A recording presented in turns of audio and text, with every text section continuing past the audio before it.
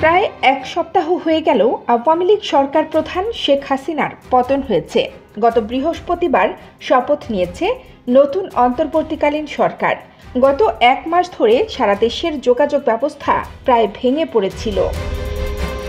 Doctor ইউনূসের অন্তর্বর্তীকালীন সরকার ক্ষমতায় আসার পর যোগাযোগ ব্যবস্থা ধীরে ধীরে স্বাভাবিক হলেও চালু হচ্ছে না রাজধানী ঢাকার অন্যতম গণপরিবহন মেট্রো রেল। কবে চালু হবে তা নিয়ে কোনো ধারণাও কেউ দিতে পারছেন না। তবে মেট্রো রেল চালু নিয়ে আশার কথা শুনিয়েছেন ঢাকা ম্যাস ট্রানজিট কোম্পানি লিমিটেডের কর্মচারীরা। তারা জানায়, চাইলে যে কোনো সময় মেট্রো রেল চালু করা যেতে পারে, কিন্তু গত ৬ আগস্ট থেকে বেতন বৈষম্যের কারণে তারা কর্মবিরতিতে রয়েছেন। শনিবার বিকেলে এক সংবাদ সম্মেলনে তারা এসব কথা জানান।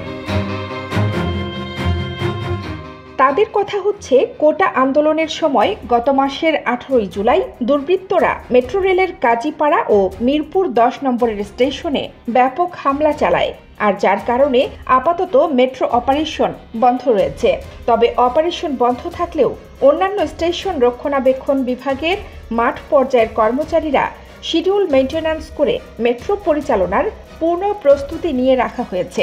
ঘোষণা দেওয়ার সঙ্গে সঙ্গেই ট্রেন পরিচালনা করতে প্রস্তুত রয়েছে তারা।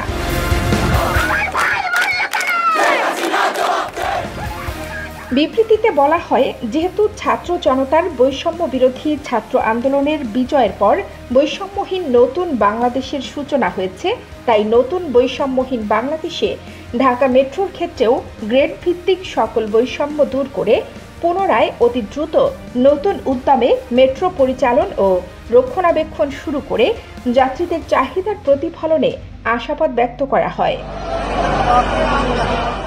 এছাড়া DMTCL এ গ্রেড ভিত্তিক বৈষম্য দূরীকরণে গ্রেড 10 থেকে গ্রেড 20 গ্রেডের কর্মচারীদের পক্ষ থেকে কিছু দাবি উপস্থাপন করা হয়।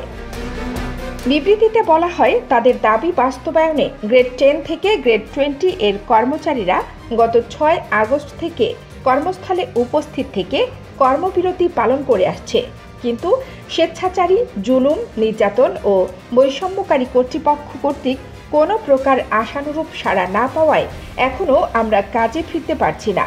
আমরা অতি দ্রুত মেট্রো চালুর বিষয়ে বদ্ধপরিকর। গত সপ্তাহে মেট্রো রেল পরিচালনাকারী কর্তৃপক্ষের অপারেশন বিভাগের এক কর্মকর্তা জানান, তাদের মেট্রো চলাচল করার কোনো নির্দেশনা দেওয়া হয়নি। নতুন সরকার গঠন হলে যিনি দায়িত্ব নেবেন তিনি যেভাবে বলবেন সেটাই হবে।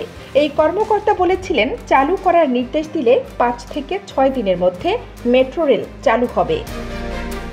গত মাসের 18 জুলাই বিকেল 5টায় বন্ধ হয়ে যায় মেট্রো রেল চলাচল।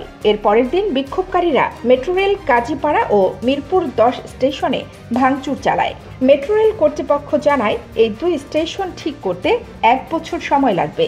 এরপর পরিস্থিতি কিছুটা স্বাভাবিক হলেও চালু হয়নি মেট্রো রেল। গত 5 আগস্ট শেখ হাসিনা পদত্যাগ করে দেশ ত্যাগ করলে মেট্রো রেল চলাচল নিয়ে আর কোনো নতুন তথ্য পাওয়া যায়নি।